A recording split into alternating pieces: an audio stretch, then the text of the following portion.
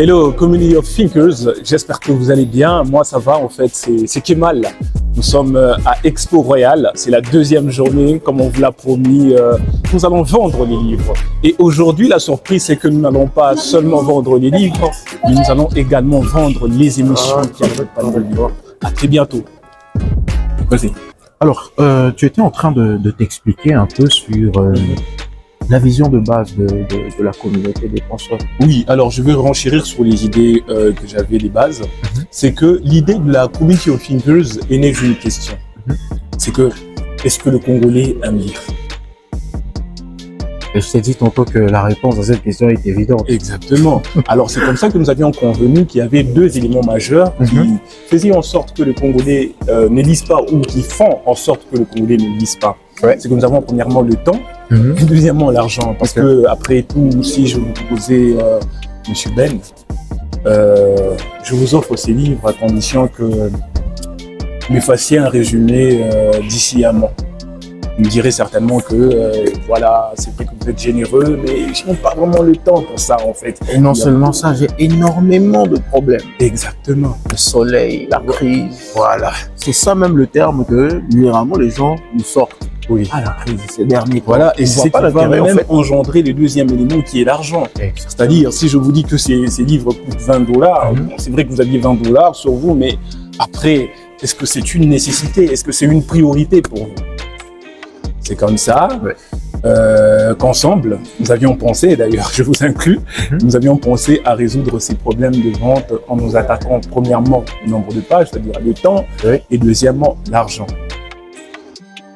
La vision de la community of thinkers est née de ça. Et après, je vais renchérir sur notre question.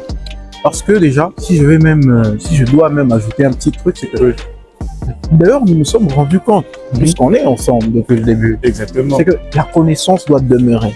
Oui. Et quand les gens nous disent que on n'a pas le temps de lire, ou que c'est trop cher, ou que c'est ceci, ils ne prennent pas conscience de ce que cache le livre. Exactement. C'est que le livre, non seulement nous divertit, parce que certaines personnes l'utilisent comme un instrument de divertissement, à travers des romans, un instrument de découverte, notamment à travers des livres. Il y a des livres autobiographiques ici. Il y a des choses qui permettent aux gens de pouvoir découvrir, en fait, par le regard de l'autre.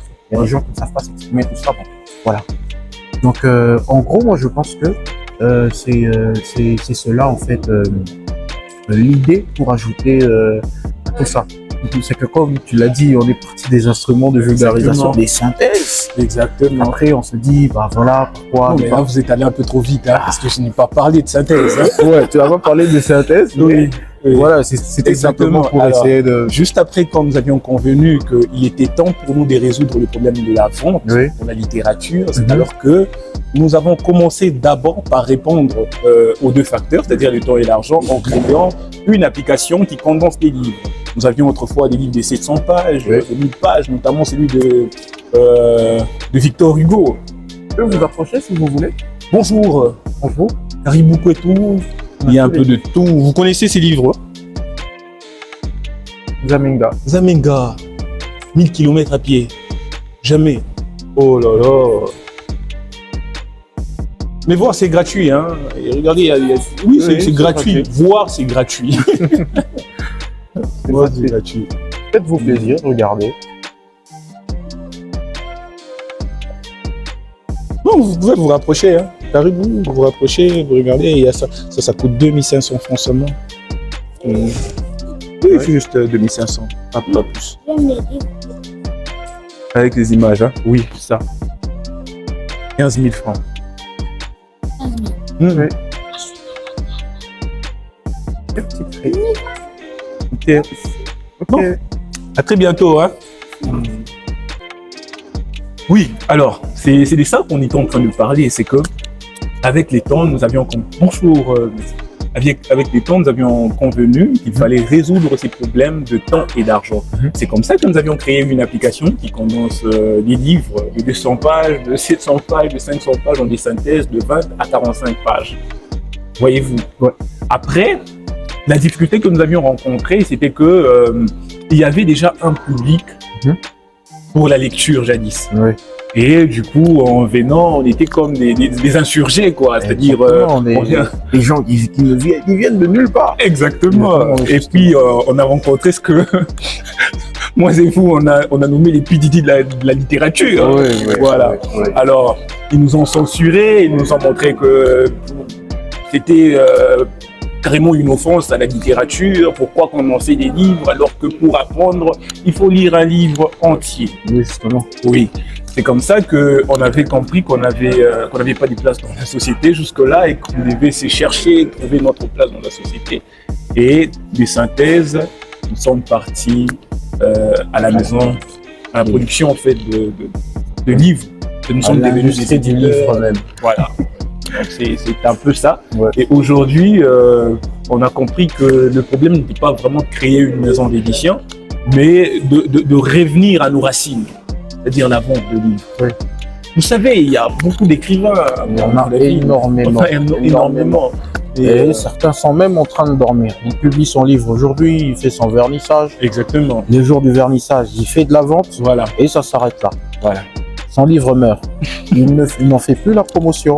Ouais. Il ne vend plus. Il va le déposer dans des librairies mortes. Exactement. Hein, on pourrait peut-être même appeler des cimetières du livre, Voilà. où les livres sont en train de prendre la poussière, au lieu de ramener le livre dans des endroits où les gens peuvent les côtoyer. Exactement. Justement. Et c'est même pour ça que nous sommes là aujourd'hui. Oui, parce que, Monsieur Ben, il faudrait que l'on arrive à répondre à une question très capitale. Aujourd'hui, nous sommes à une époque où, généralement, quelqu'un peut s'autoproclamer éditeur, Ouais, voyez-vous. Mais vous dire en fait ce qu'il faut pour éditer un livre, ça relève de l'information. ChatGPT peut le faire pour vous.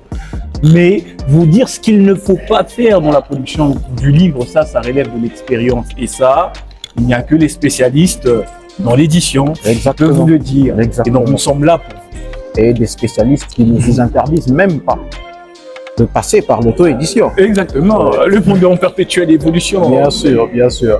N'en déplaise aux autres éditeurs qui peuvent penser que voilà, on est en train de tuer le marché, mais c'est ça notre rôle en tant qu'éditeur. Exactement. C'est de montrer tout ce qui se passe en rapport avec le livre, Oui. en rapport avec la production d'un livre. Oui, oui. Ouais. Et c'est comme ça que j'ai dit dernièrement qu'il n'y a qu'un pas entre l'influence et la manipulation. Nous, on ne voudrait pas être dans cette structure où nous sommes les seuls gagnants du marché. Non. Le marketing de confiance voudrait qu'on soit dans une relation gagnant-gagnant. Exactement. Et c'est pour ça que nous sommes là. Exactement. D'ailleurs, on pourrait peut-être en profiter pour présenter les livres que l'on a.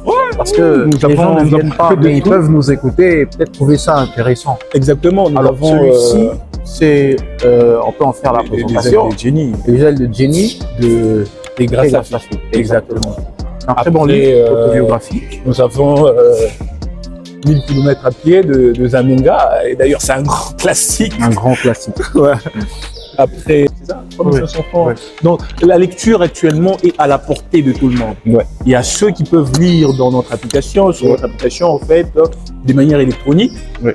Mais il y a aussi ceux qui ont une relation assez intrinsèque avec le livre. Ils ont besoin de toucher. Oui, C'est comme exactement. lorsqu'on est dans une relation avec quelqu'un à distance. Exactement. Là, c'est quand on est en ligne. Mais pour ceux qui sont un peu plus tactiles, Oui. ils veulent avoir son le physique. Exactement. C'est ça même le plaisir de lire. Oui. Et là, nous avons Le Congo n'existe pas. Yohan Le Kalika. Yohan Kalika. Le Ouais. célèbre Congo n'existe pas. Le En passant, célèbre on le salue d'ailleurs. On le salue et je pense qu'on pourra peut-être le recevoir un jour pour Exactement. pour discuter, Alors, ça, de son livre. c'était vraiment une masterclass. Hein. Yohan t'as assuré sur ce Ouais, point. c'était un truc de ouf. C'était vraiment un truc de ouf. De la conception de la couverture au contenu. Au contenu, Non, c'est magnifique. Ouais. Créons le Congo. Voilà. Et c'est ce qu'on est en train de faire d'ailleurs. Après, nous avons Des chrétiens dans un monde en ébullition. exactement de André Dimanja. Il dit vivre. Il dit quoi déjà là-bas? Vivre et comprendre quelque chose. Ça parle de l'amour. Vivre Vivre et prospérer dans l'amour. Voilà. Ça, c'est une masterclass. Hein. Genre, On ne vend pas que le livre, on vend aussi la formation. Exactement. Je vous le conseille. Ces livres, c'est une masterclass sur la vente. On vous a dit jadis que non, la vente, c'est des récitations. La vente, c'est aller faire marketing. Non, non, non, non. La vente, c'est de l'inspiration. Exactement. Ok. Ah non, mais... L'alchimiste de Paulo Non, non, Coelho. non. Laissez-moi sentir les pages. Ouais. L'alchimiste. Caribou, caribou, caribou, caribou maman, caribou cotou. Il y a un peu de tout. Il y a des romans, il y a des livres de formation, il y a également des essais. Donc, des livres spirituels aussi. Ah, c'est du droit. Ça, c'est du droit en fait. Il y a des livres sur la comptabilité aussi. Ça dépend.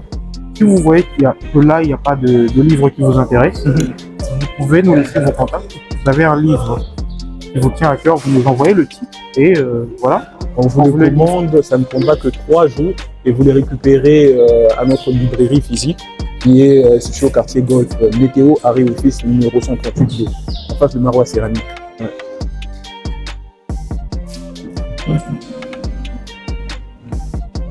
En tout cas, merci. Oui, alors on était en train de parler des non-livres, Ben. Ouais. Ah. Un voyage formidable avec Monica. Non, c'est les best-sellers de Bachi. Hein. Ouais, le best-seller de Carmoignan. D'ailleurs, Le grand Carmoignan. on le salue, on le salue. Oui. C'est un très grand éditeur aussi. Exactement. Oui. MP Design. MP Design. C'est des éditions du Pangolin 2019. Oui, oui. Donc certainement il va. D'ailleurs, en parlant de lui, c'est quelqu'un qui a quand même, il a permis de faire ressortir quelques écrivaines, la poésie. Oui, exactement, Oui. exactement. Et c'est quelque chose qu'on a beaucoup aimé maison d'ailleurs. d'édition déjà. MP Design. MP Design. Oui, MP Design. Je viens d'ailleurs de le dire tantôt. Et c'était très intéressant parce que la jeunesse doit savoir que c'est possible. Exactement. Ouais. Parce que Et- vous savez, quand moi j'ai commencé, j'ai eu la passion en fait de la lecture et en même temps de l'écriture. J'avais cette phobie en fait de débuter l'écriture. Je me disais, est-ce qu'il y a des jeunes gens qui peuvent écrire? Parce que jadis, on n'avait pas vraiment des grands exemples. Bon, on ne connaissait que Victor Hugo et autres et tout et tout. Il n'y avait pas vraiment des écrivains qu'on pouvait côtoyer de notre âge pour nous dire que non, voilà, c'est possible d'écrire. Oui, parce que déjà que l'écriture, déjà même dans ma conception, c'est quelque chose qui était très attaché à la vieillesse. Oui. Très attaché au vécu. Exactement. Au vécu pendant longtemps. C'est Exactement. je dois être celui qui a quand même vécu 50 ans. Je me dis, j'ai 50 ans, je sors mon livre et voilà, on me donne du respect. Je n'étais pas les seuls alors. Alors que lorsqu'on entend des gens parler, d'ailleurs dans un genre de confessionnal avec certaines personnes que l'on reçoit de temps en temps, on se rend compte que la force de leur histoire mérite d'être partagée. Et c'est en ce moment qu'on se dit que, en ce moment qu'on se rend compte en fait que l'écriture ne peut pas rester bornée dans les anciens caniveaux dans lesquels on l'a mise par rapport à notre conception des choses en fait. Et pour ma petite histoire, tu vas certainement en rire, mais c'était Lucas Scott de la série Les Frères Scott qui m'avait convaincu d'écrire un livre.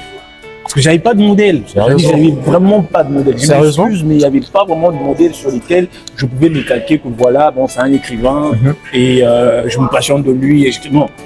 Pour ma part, c'était juste une série. Je suis tombé sur un personnage. C'est parti de là. Oui, c'est parti de là. Rien que de là, tu te dis, je vais écrire un livre. Oui, parce que j'avais aimé les personnages de Lucas. C'était déjà quelqu'un qui, en fait, qui représentait les valeurs morales que j'avais. En fait, il incarnait les valeurs. Quelqu'un de passionné d'écriture et il était assez philosophique. Il incarnait les deux à la fois. Quand je le vois, il n'a que 21 ans dans la série et puis je me dis, 21 ans, il est jeune comme ça et puis il écrit. Ah, voilà. Du coup, je me suis trouvé un modèle. C'est comme ça que j'ai commencé. Et ça t'a pris combien de temps d'écrire? Parce que en fait, les gens disent je prends mon temps, hein. Je prends mon temps. Il peut taper 5 ans. Oui, bon. Il peut taper 2 ans. Exactement. Et quelque part, je pense que c'est peut-être relatif, hein, parce que les projets se diffèrent. Il y a des projets qui peuvent prendre plus de temps. Exactement. Par exemple, le livre de Maître Dominique Cassini, il nous a pris 15 mois pour qu'on puisse le faire, hein, qu'on puisse le terminer, tout ça. C'est un très bon livre. D'ailleurs, il parle de la cybercriminalité. Oui, exactement. Ouais. Voilà, c'est celui-ci. Dominique Cassini. On va essayer de respirer aussi. Non, je vous conseille de le lire. Vous pouvez l'avoir exclusivement chez nous. Encore, c'est à quel cabinet déjà encore où est-ce qu'on peut le retrouver ici à Lubumbashi? À Lubumbashi, vous le retrouvez chez Nuvex Consulting, vous le trouvez chez Community of Thinkers, également cabinet. Il y a un cabinet là. On le mettra, en bas du titre, là vous allez le voir. Vous pouvez le trouver, d'ailleurs c'est en ville. Si je me rappelle bien, normalement on avait donné des indications à quelqu'un pour qu'il aille le chercher là-bas. Je ne sais même pas si elle est passée. Exactement. Mais c'est cela. Alors, c'est qu'on était en train de me poser beaucoup de questions, mais, on est un peu calme. On était en train de parler sur le temps qu'il faut pour écrire. Oui, sur le temps qu'il faut prendre. Vous comprenez, hein, parce qu'aujourd'hui on expose des livres, on va parler de tout et de rien.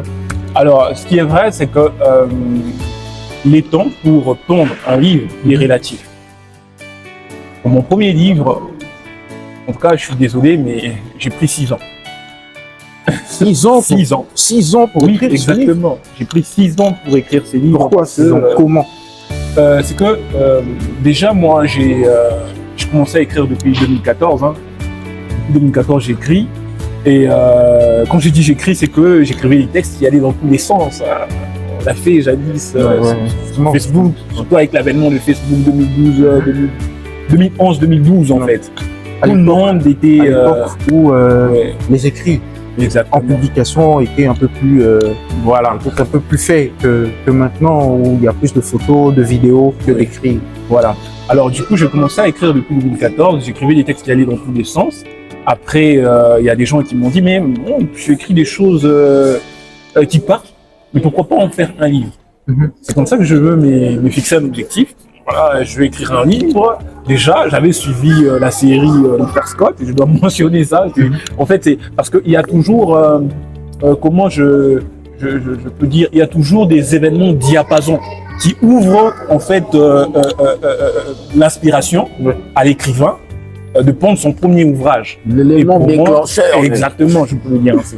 Et du coup, pour ma part, c'était la série des Frères Scott. Après, quand je veux suivre Lucas Scott, je me dis, bon, c'est un bel exemple. Et puis, on me dit, je peux écrire un livre. Et vous savez, mon premier titre, c'était quoi?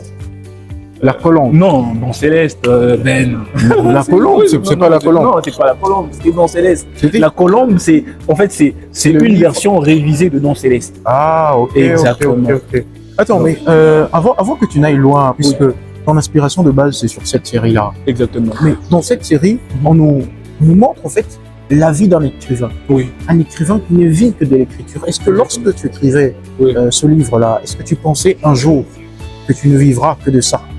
Ou pas que de ça, parce que tu n'es pas que ça. Exactement. Tu es aussi... je suis également consultant juridique. Exactement. Judiciaire auprès des tribunaux de grande instance de Lubumbashi. Mais alors, Monsieur Ben, je dois être franc. Je dois vraiment être franc. Mon frère, je n'ai jamais pensé en vivre. Ok.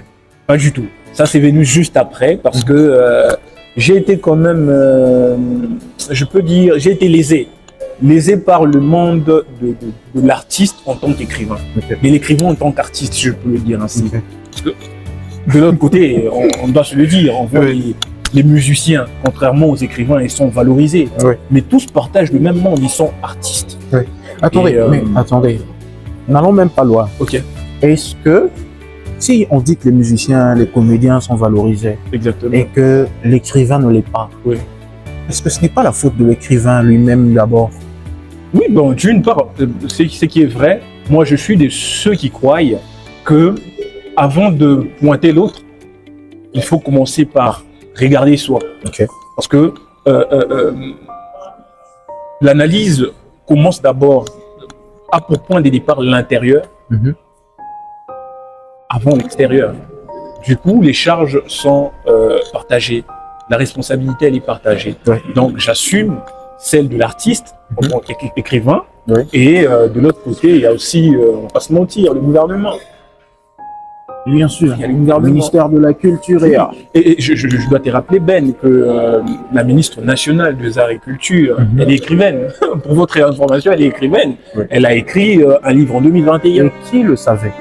Personne ne le savait. Non, nous sommes en République démocratique du Congo, j'ai Personne ne le savait. et puis nous sommes à Lubumbashi, Oui. aucune librairie ne parle de son livre.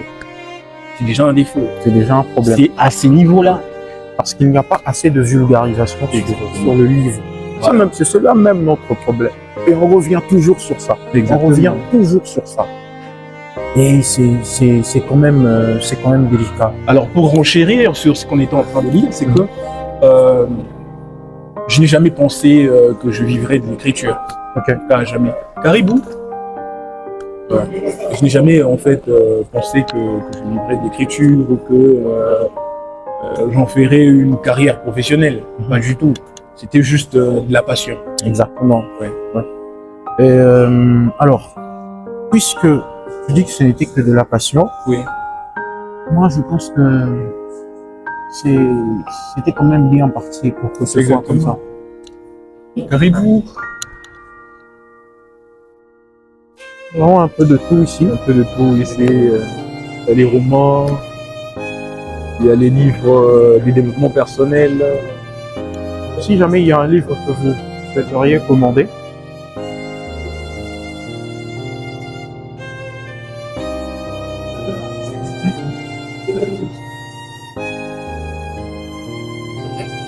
Ça, c'est 20 000 francs.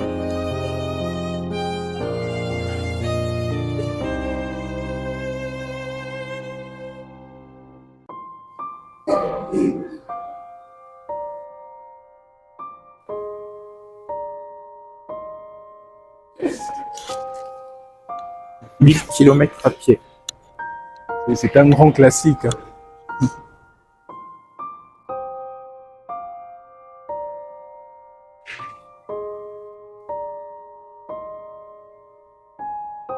Ça va bien. 7500. 7500. Il y a aussi ceci, non à l'humiliation d'Aimé Césaire. Pourrait vous intéresser. Ça, c'est plus politique, non? Ouais. Des romans. Ouais, comme ça. Ok. C'est local. Hein. C'est local. Production.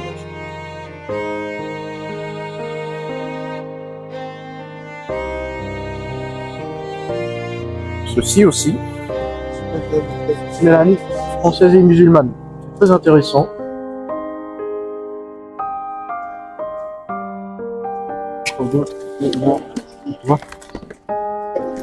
Si. L'homme qui a construit sa maison sur le sable, c'est où? C'est pas en bas. Là, ça doit être là. Voilà.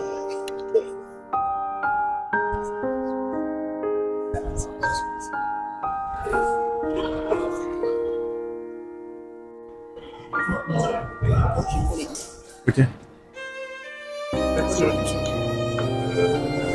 C'est pas combien de personnes?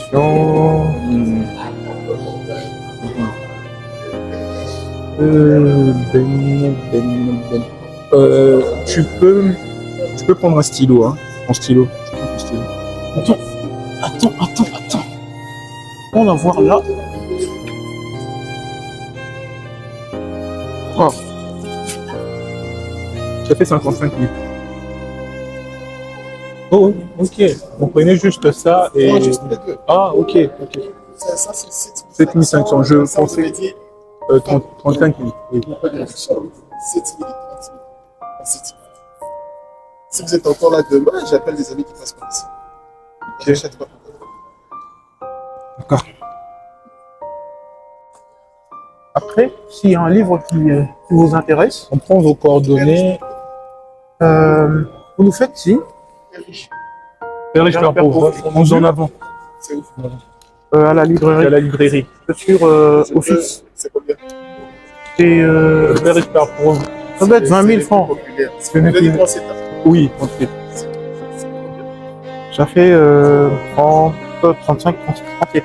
C'est bon. Je peux avoir ça, non? 2700. Déjà le lundi à 30 000 francs. Les riches pères pauvres. C'est possible, oui. Vous allez repasser? Dans une heure, 2 heures. Je peux avoir vos coordonnées? Je repasse en 13 minutes. Ok. Si vous l'avez, je l'achète. D'accord. Caribou, caribou, bonjour. Il y a un peu de tout ici. Hein. Pas de souci, pas de souci.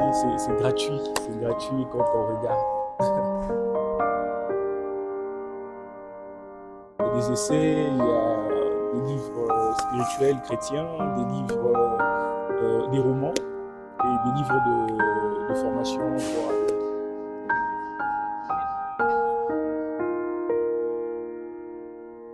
Livre de droit. À part ça, je peux vous former sur l'écriture.